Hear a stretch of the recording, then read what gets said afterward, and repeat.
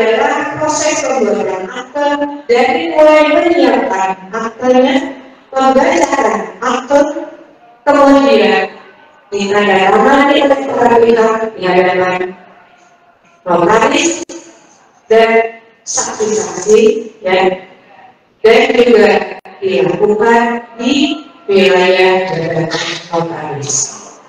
Kalau akte dibuat dengan clear, maka otentisitasnya sempurna.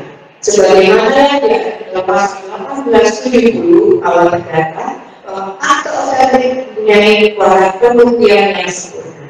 Oleh karena itu, rekan-rekan, jangan mengabaikan clear ini, karena kalau ada salah satu yang tidak dilakukan, maka terdegradasi kekuatan otentisitasnya hanya menjadi surat di bawah. Dan kalau hal itu merugikan pihak yang membuat akte, maka notaris dapat dituntut dan rugi bunga dan biaya yang telah dikeluarkan. Masih ada lagi? Saya juga sampai nonton. Apakah baik? Rekan-rekan sekalian, terkait dengan proyek ini, saya kebetulan adalah majelis kehormatan notaris yaitu suatu lembaga yang dibentuk oleh undang-undang yang fungsinya adalah memberikan izin atau menolak apabila notaris akan dilakukan pemeriksaan oleh penegak hukum, baik itu polisi, penuntut umum, jaksa maupun hakim di pengadilan, dalam rangka pemeriksaan notaris atau pengambilan kopi di notar. Rekan sekalian, terkait dengan hal tersebut, saya sulit sekali mendapatkan bahwa ada notaris yang menggampangkan masalah proyek ini dengan mengirimkan minuta kepada kliennya atau bekerjasama dengan biro jasa. Lalu minuta akte jalan-jalan. Ini hati-hati, karena apabila itu dilakukan, potensi ada kesalahan pidana besar sekali. Karena kalau akte itu ternyata ditandatangani oleh bukan pihak yang berwenang, sehingga muncul ada tuntutan hukum, maka notaris di sini masuk pasal 555. Mental turut serta melakukan, bantu melakukan, pembuatan menyuruh melakukan. Jadi hati-hati sekali dalam jabatan. Inilah fungsi kami di sini.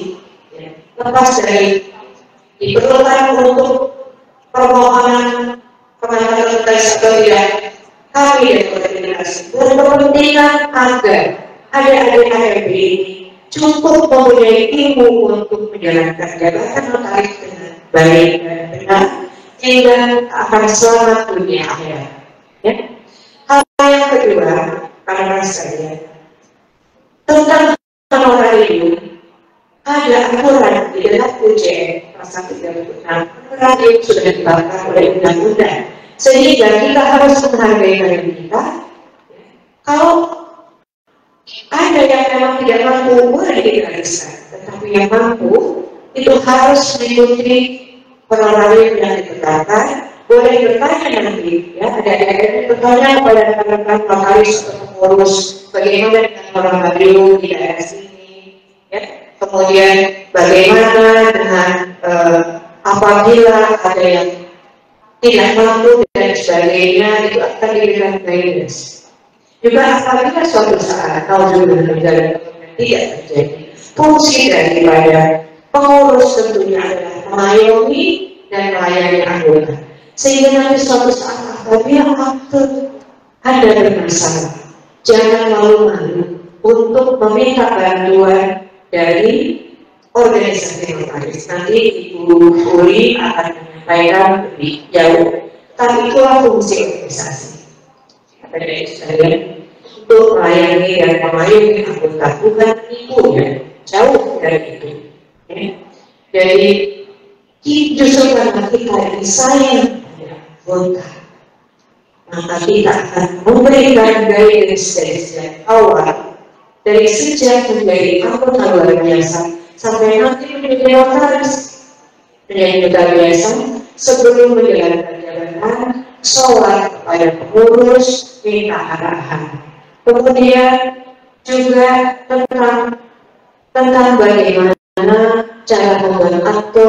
Kalau ada yang tidak jelas, bertanyalah kepada yang lebih senior. Jangan malu bertanya. Bukan sesat di jalan, tetapi sesat di kantor polisi. Harus terjadi. Ya, saya doakan semua adik-adik yang di sini, ya, yang mengikuti pembekalan ini secara online. Saya doa semua akan menjadi notaris yang baik, ya, yang beribadah baik, bermoral dan akhlak yang baik, dan tidak pernah mengalami masalah hukum terhadap akte-akte yang dibuatnya. Ya. Hal ketiga adalah tentang kewajiban menerima protokol. Jadi kalau ada notaris yang akan pensiun, kemudian ditunjuk oleh APD untuk menerima protokol, tidak perlu mengalami. Ini adalah kewajiban dari undang-undang. Kemudian juga satu lagi, Ibu Mendadak kalau boleh, tentang bagaimana menjalankan jabatan dengan penuh tanggung jawab. Ya. Kita jangan euforia kalau membuat akte yang hadir itu artis, lalu seperti masuk ke medsos. Ya. Jangan, karena notaris sebagaimana nanti akan menyatakan sumpah jabatan diatur dalam pasal 4 Undang-Undang Notaris, pasal 16 Undang-Undang Notaris.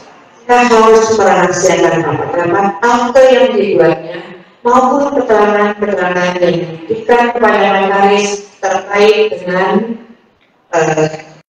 rahasia jabatan notaris. Anda harus patuh pada ketentuan tersebut, karena tentang rahasia jabatan notaris ini yang kedua adalah kitab undang-undang hukum pidana, yang apabila Anda melanggar sumpah tentang rahasia ini tidak akan dikenakan sanksi pidana.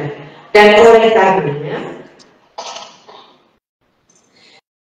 tidak perlu di medsos, tidak perlu tanda tangan akte lalu difoto diupload, ya. Tampaknya seperti sebuah kebanggaan menjadi notaris dalam suatu perjanjian kredit sindikasi dengan nilai triliun. Lalu Anda upload, itu adalah suatu penistaan terhadap klien Anda. Yang namanya utang kok disebarluaskan, tidak boleh, ya, rekan-rekan AEB. Jadi apapun itu tentang jabatan notaris itu tidak ditawarkan saja. Lalu jangan juga berpikir kalau ada klien datang hanya untuk melegalisir atau warranting